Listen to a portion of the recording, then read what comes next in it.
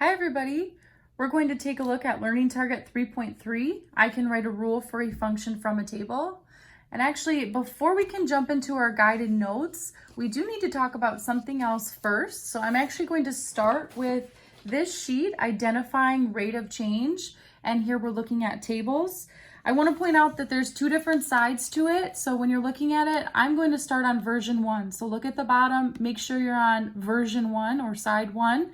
And we need to talk about what is rate of change. So rate of change, we can refer to, and I'll write it up here at the top for us. We're looking at our change in Y, our change in our Y values over our change in our X values. So change in Y divided by change in X. Another way we could write it, so I'll just say equal to, we're doing delta Y over delta X, and these are triangles that represent change. So you could also write it like this, our change in Y over change in X using words, or we could just say our change in Y over change in X using the triangle symbol. So let's jump into this and let's look at table number 1. Identify the rate of change for each table. So we first need to find our change in Y because we said we need to do change in Y over change in X. So my change in Y, I'll look at my Y column, and I often use arrows here to represent that we're looking at the change, and I want to know how much did my Y's change, and I like to think of a number line. If I start on a number line at -63, and I move forward to -49, how much did Y change? So -63, moving forward to -49, I move forward 14. Another way you could do this using your calculator is you can always do the second value minus the first value. So you could type in your calculator -49 minus a -63, and you would get 14. So my change in Y is 14, and I need to divide it by my change in X. So how much is X changing if I'm moving on a number line from -9 to -7, and I went up by 2. So I'm doing, my change in Y was 14 divided by my change in X, which is 2, and I can simplify that. 14 divided by 2 is 7. So we got a rate of change of 7, but we only tested it one time. We only found one rate of change here, and these should be constant. So no matter where you test it on your table, we should get a rate of change of 7, but let's test it again. So I'll show you what I mean by that. We tested between the first and second values. Now let's look at the second and third values. So now on my number line, I'm at -49, and I move forward to -28. Which means I went forward 21. Or you could type in your calculator the second value minus the first value. So you could do -28 minus a -49, and you would get 21. So I'm going to test it one more time. I get 21 for my change in Y over my change in X. And now I'm at -7 on a number line, and I move forward to -4. So I went forward 3 units, so 21 divided by 3, and yes, you can see that I get 7. So I've tested it 2 times and I got a rate of change of 7. My rule is you always need to test it 2 times, and I could have tested it anywhere on my table. So I could tell you when I test it here, I get 7 over 1, 7 divided by 1, yes, it would give me 7. And when I test it the last time, I get 49 divided by 7. 49 divided by 7, yes, it would give you 7. So you don't necessarily need to find all of your changes in Y and all of your changes in X, but you do need to do it 2 times just to be sure that you're correct. Once you get the same rate of change here of 7, I can come over here to the right side of my page, and my first answer was 7. All right, let's do another one. Let's look at the second table. So I'm doing the same thing. I need to find what is my change in Y. So If I'm at negative 34 on a number line and I move forward to 2, then I went 36 units. So 36 is my change in y. For change in x, I went from negative 7 forward to negative 1. So I went forward by 6. 36 divided by 6 gives me 6. So let's test it one more time. Be sure that we do get a rate of change of 6 because, again, this has to be constant. This is linear. We will get a constant rate of change. So if I'm moving from 2 to 32, that's 30. So change in y is 30. Change in x, I'm going from negative 1 to positive 4. That's change of 5 for my x. 30 divided by 5 is 6. So my rate of change is 6. I can come over here and write 6 as my second answer. And let's do one more. Let's take a look at the fourth table. So let's jump over to table number 4. My change in y, I'm starting on a number line at 63 and I'm moving backwards to 35. Notice my table is going down here. So I go backwards by 28, or again, you could type in your calculator 35 minus 63, and you would get negative 28. So I have negative 28 for my change in y. For my change in x, I'm at negative 9, and I move forward to negative 5. So I went up 4 units. So negative 28 divided by 4 gives me a negative 7. So let's double check that we do get negative 7 when we test it. I'm at 35 on a number line and I'm moving backwards to 28. So I'm going back 7. So my change in y is negative 7.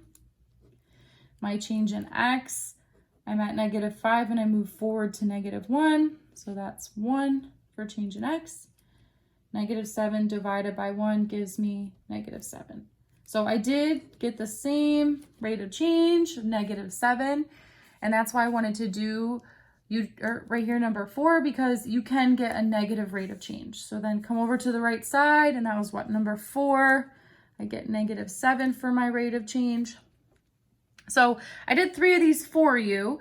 And again, this is version 1. On the back side, there's version 2.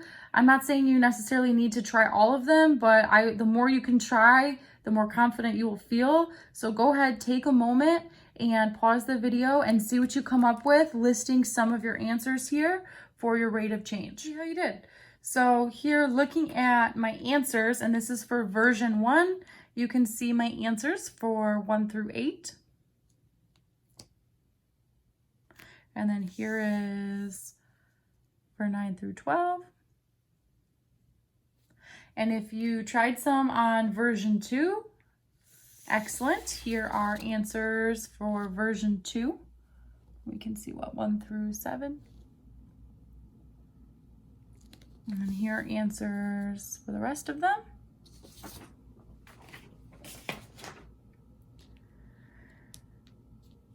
All right, so by learning how to find rate of change from a table, that's going to help us with the rest of our notes, because that's actually the very first thing we need to do to start out to write a rule for a function. So it says when a table portrays a linear function like we were working with, there is a constant rate of change, or we could also call rate of change slope. There is a constant rate of change or slope. Next, let's write slope-intercept form, and I'm hoping that you remember this. Slope-intercept form is y equals mx plus b. Y equals mx plus b, and we can make a note that the m is the slope, where m equals slope, and our b equals our y-intercept.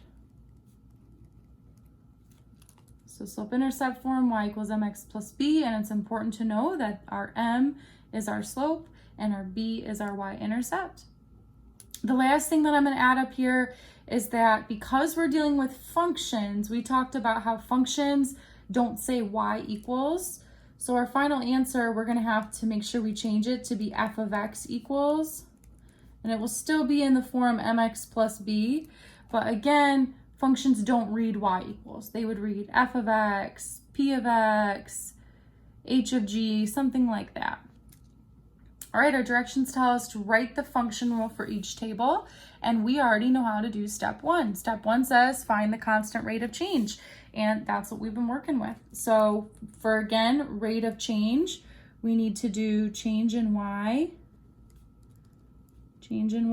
over change in x. And another way we could write it to represent it is we said delta y over delta x. Again, these triangles just mean change. So let's look at some of our changes here. So looking at our table, our change in y, if we move from 1 to 3, we're going up by 2. So my change in y here is 2 over my change in x. If I'm moving from -7 to -5, I'm going up by 2. So 2 divided by 2 is 1. We talked about how you should always test it more than once. So I'm going to continue here. If I move from 3 to 6, I move up by 3 for my change in y. And for my change in x, if I move from -5 to -2, I'm moving up by 3. So my change in x is also 3. 3 divided by 3 gives me 1. And we could continue to test it here, but we'll see that we do get a constant rate of change here of 1. So that means that our slope is 1. So this is review, like what we did on the page with all of the tables. Step 2 today is new. Use slope-intercept form to find our y-intercept. So we know slope-intercept form is y equals mx plus b, but we just found our m. Our m, or our slope, is 1. So I can plug that in. Y equals, and instead of writing mx, I'm going to write 1x because I know my slope is 1. So y equals 1x plus b. And now I need to be able to find b. But I still have a y and an x here, and I want to be able to find what b, or my y-intercept, equals. So I can do that by using more information from our table. We have a whole bunch of x's and a whole bunch of y's. And keep in mind that each of these is a point, or it's an ordered pair. So if we look at our first row here, this is the ordered pair, -7, 1. So I could use this point, this x and this y value, to plug in for x and for y. So for my y, I can plug in 1. We're still going to keep our 1 here for our m, our slope, 1 times x. And our x we can pull from the table, -7 plus b. And that's exactly what we want to find. So now we only have one variable, and so we're trying to find what b equals. So now I have 1 equals 1 times -7 gives me -7. And I want to get b by itself. So I want b to be alone, meaning I need to move this -7 to the other side of the equal sign. So I can do that by adding 7 to both sides, and then I will get b equals, and 1 plus 7 is 8. So now I found that my b down here, my b is 8. So these are the two pieces you always have to find, your rate of change or your slope, and you do that by looking at the table. And then the second thing that you need to find is what is your y-intercept. And then the very last step, step 3, we just have to put it in the right form. So we said up here at the top, it has to be in the form f of x equals mx plus b.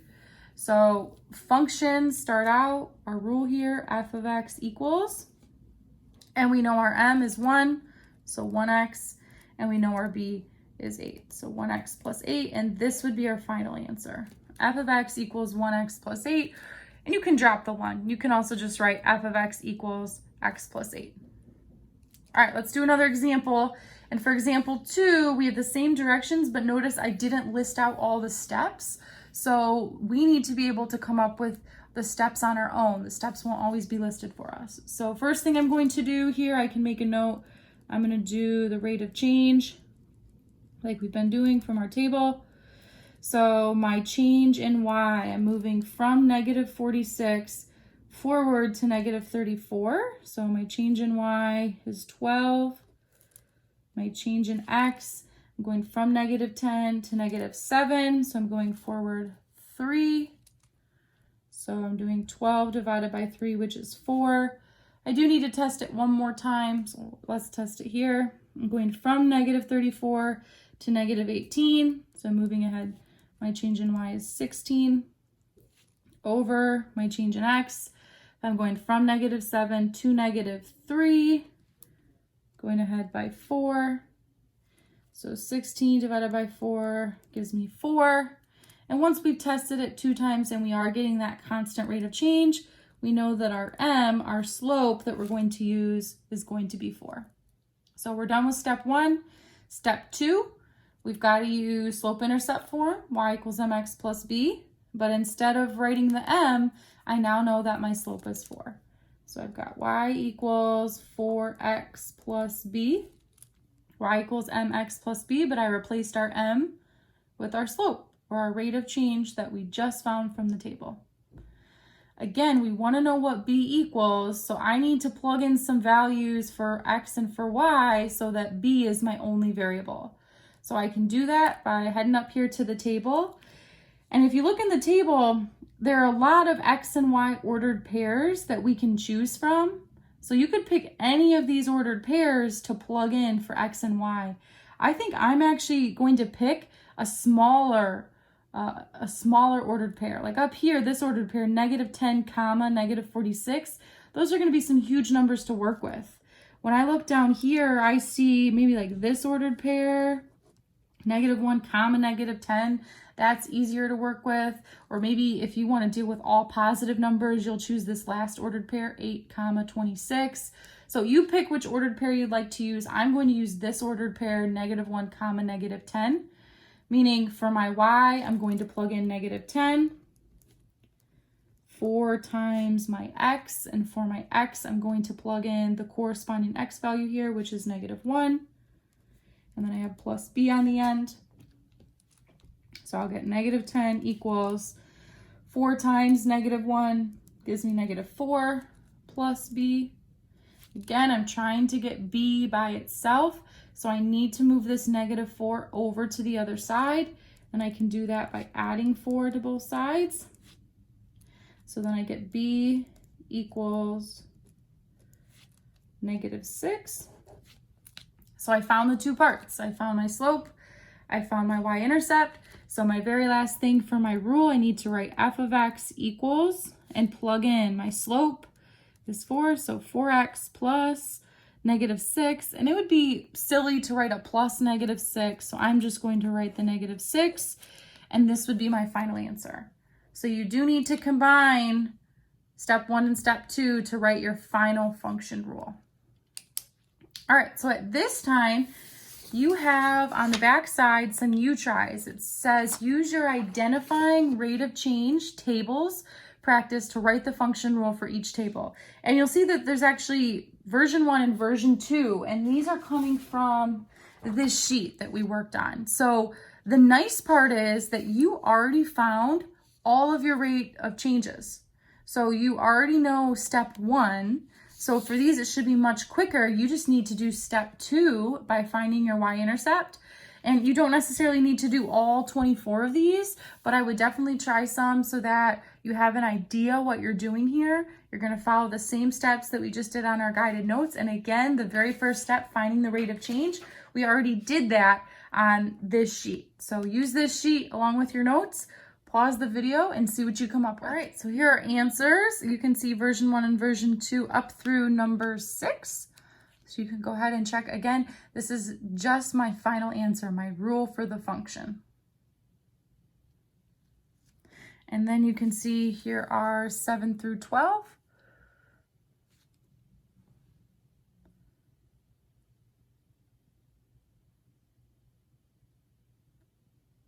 Alrighty, so let me know what questions you have, and thanks for watching.